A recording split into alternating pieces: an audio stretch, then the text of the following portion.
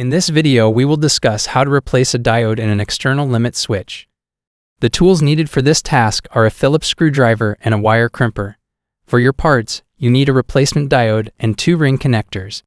Before beginning work on the external limit switch, please make sure your power is off and there is no electricity going to the external limit switch. Now loosen the screw holding the metal rod and remove the rod.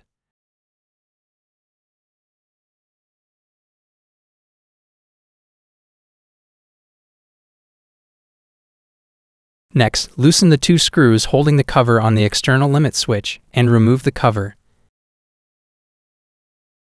You will then loosen the cable gland so the wire is loose.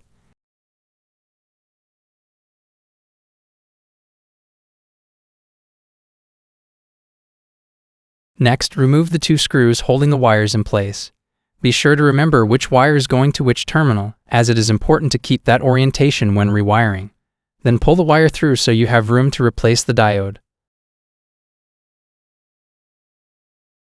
The next stage is to cut the black wire so that you can remove the old ring connectors and diode and install new ring connectors and the new diode. After you have cut the black wire, use a utility knife or other tool to strip the black wire away from the inner wires. Then strip the 2 smaller wires to expose some of the copper wire. Now it is time to place the new ring connectors onto the wires. Next, the diode needs to be inserted, with one end being pushed into each blue ring connector. It is important that the gray bar of the diode is on the white wire side. The metal rod of the diode should reach just to the bottom of the blue ring connector without extending beyond. Then insert the diode and pair of wires back into the limit switch casing and pull the black wire until in place. Reinsert the screws holding the wires in place inside the limit switch. Keep in mind, it is very important that the diode or the metal around it do not touch the metal side. Once this is in place, tighten the cable gland and then reinstall the lid. You have now successfully replaced the diode and ring connectors on an external limit switch.